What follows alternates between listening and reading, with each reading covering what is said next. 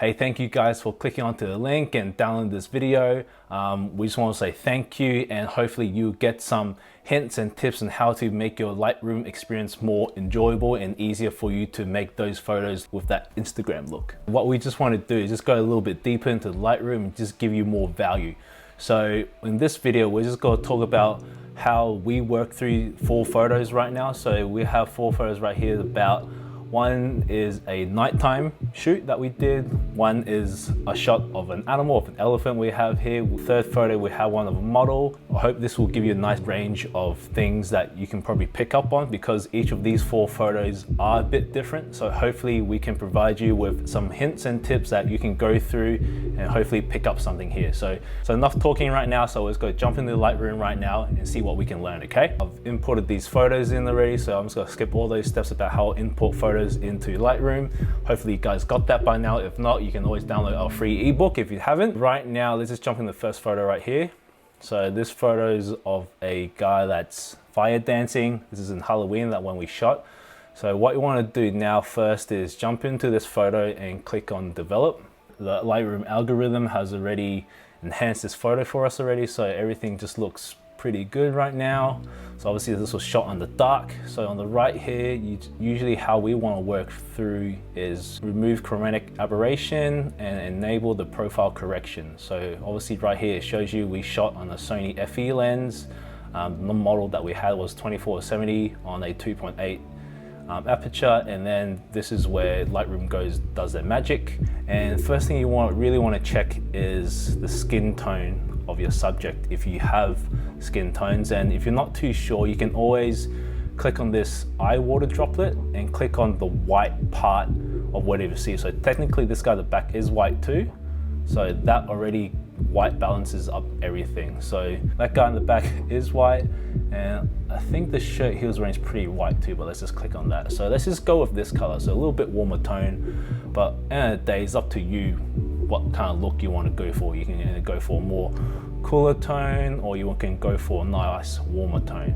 So obviously there's fire here. I do want to go for a nice warmer tone, so let's just bump that up. That looks okay.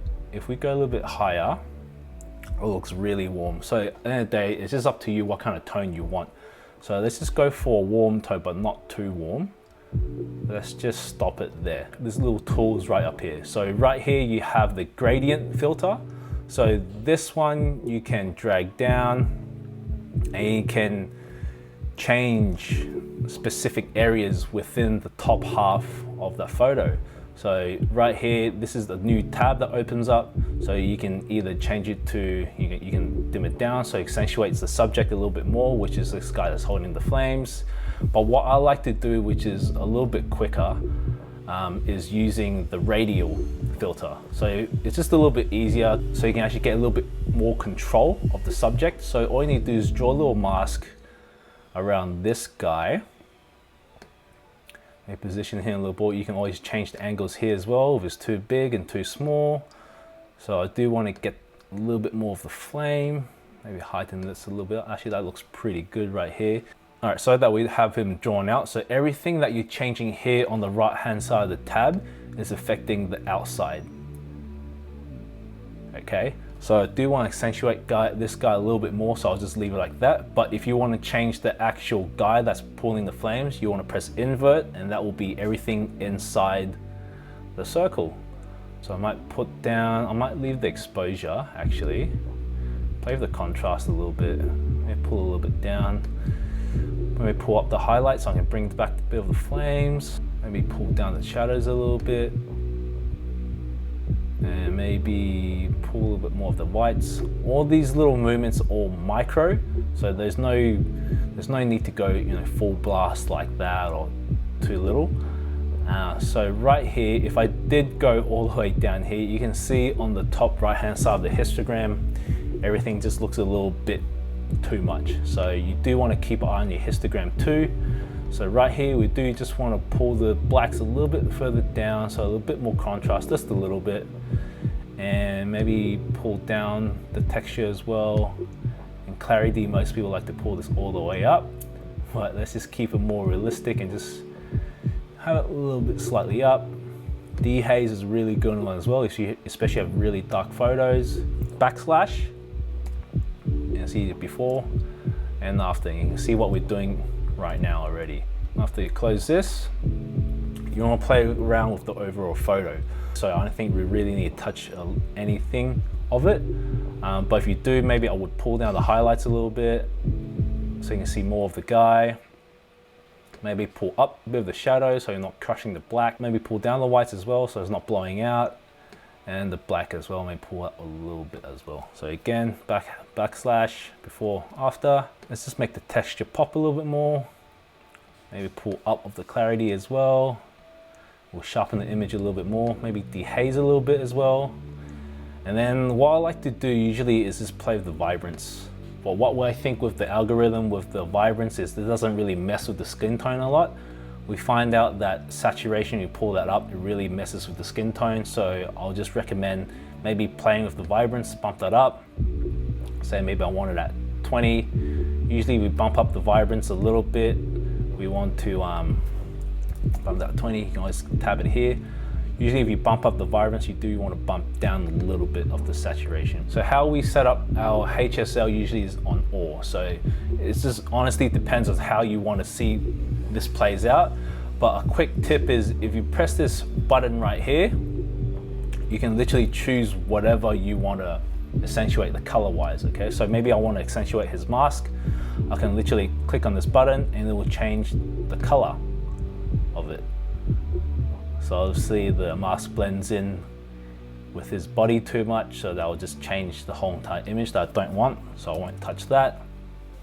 But overall, this color, how this look I want to go for, nice moody Halloween feel, this is what I want anyway, so I don't really want to touch it. Another way you can really play with the HSL is go to colors as well. So if you're more technical, you really play with those colors, really dive deep into it, we'll hopefully play with another photo that dives deep into colors as well.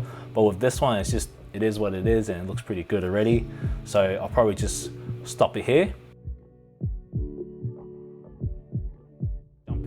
Let's just jump to the second photo, which is the elephant. So the elephant right here looks pretty cool. This is one we shot at the zoo. So everything seems pretty sharp right here. So let's just go through our steps again. So you want to go to remove chromatic aberration and enable profile customization. Okay, let's just play with the temperature of it. Okay, so see if we want to make this cooler or warmer. Again, it's really up to you how you want the style to be. So for this one, maybe I want to make it more warmer. Let's do warmer. And then on the top left here, you can usually play with the crop. Doesn't look that straight to me, so this is straightening up this elephant right here.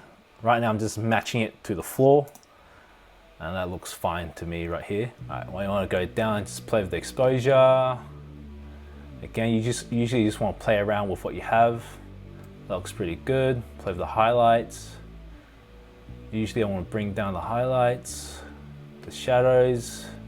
Just bring in more of the shadows, maybe just get that contrasted look. And the whites, maybe bump up the whites a little bit.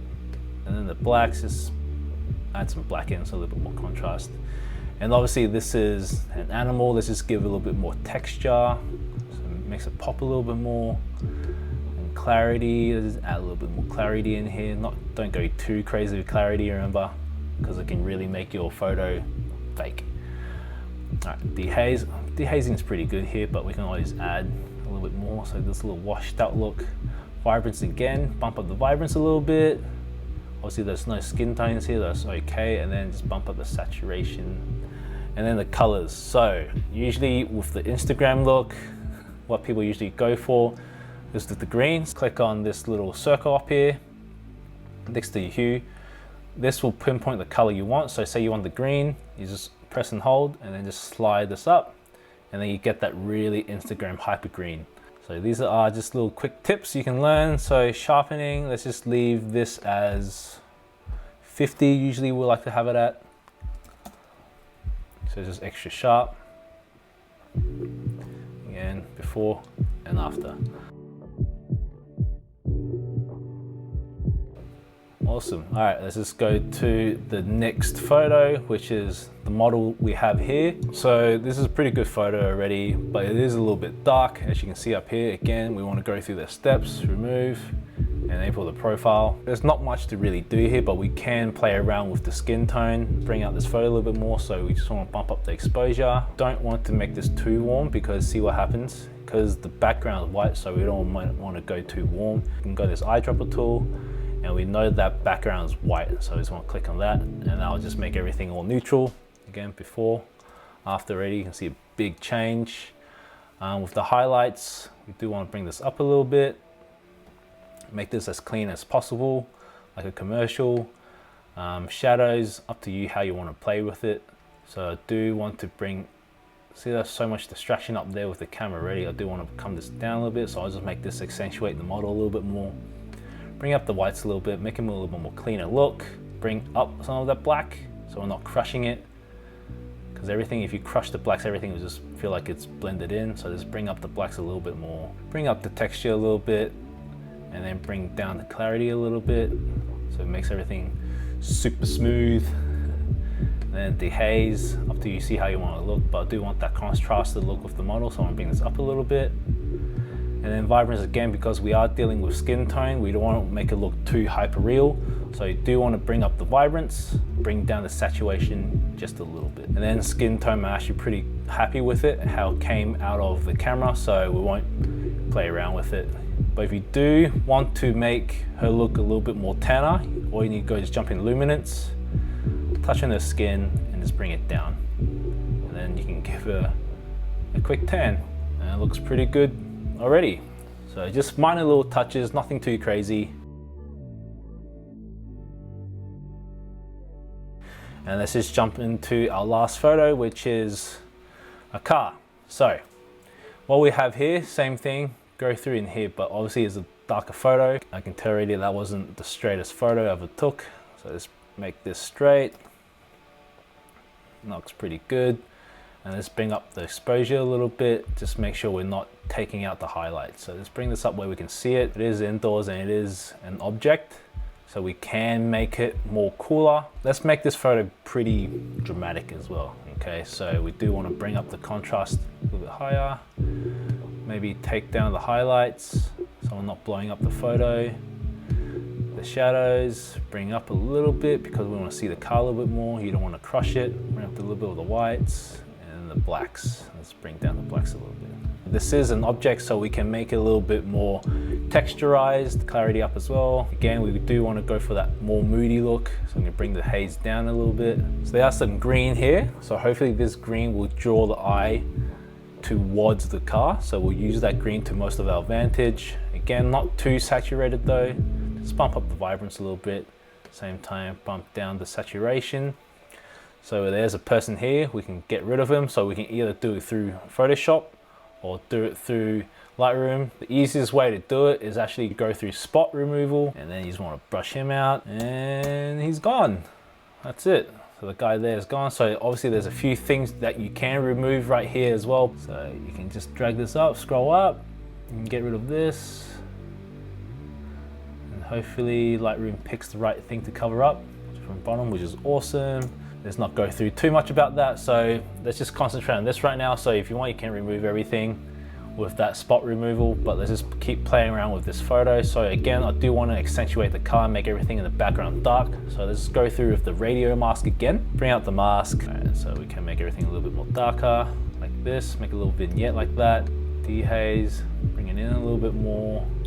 Saturation is cool. Let's just bring that down a little bit, so not too saturated on the outside. So I just want people to focus on the car. The car is black. So with the feather here, you want to make sure nothing looks too harsh. So obviously the more you bring it up, the softer it will get, and the more you bring it down, the harsher the feather will be. So usually at default it's okay, but let's just feather out a little bit more, maybe to 60, because we want it to blend it out. And then just press enter. See how it looks. That looks pretty good already. So from before and after, looks pretty good already. If you want, you can always add a little more vignetting to it as well. So when you push it up, it gives you a white vignette, And if you have it down, it gives you a more darker vignette. So obviously the more you push it to the bottom, you have that really harsh vignette. And then you just play around with it. So we feel it right now, it feels good like that. The midpoints you can play with as well. So it just depends how it feathers in and out as well. So if you want, you can bring it in to more focus. So you just pull it down, bring the subject more in focus, you pull it out, it gives less of a focus point in the midpoint. So we do want to bring it out a little bit more. Same thing with the roundness, it's just up to you how round you want to make that vignette. So you can make it really square, or you can make it really wide. So up to you how you want to do the roundness as well. It's good to add a little bit of grain. So let's just go 10 with the grain. Okay, so there we go. We have 4 different outcomes on 4 different photos. Hopefully you've learned something new. If you have, let us know. And if you have any feedback, let us know too, obviously. But thank you again for watching this video. Catch you in the next one.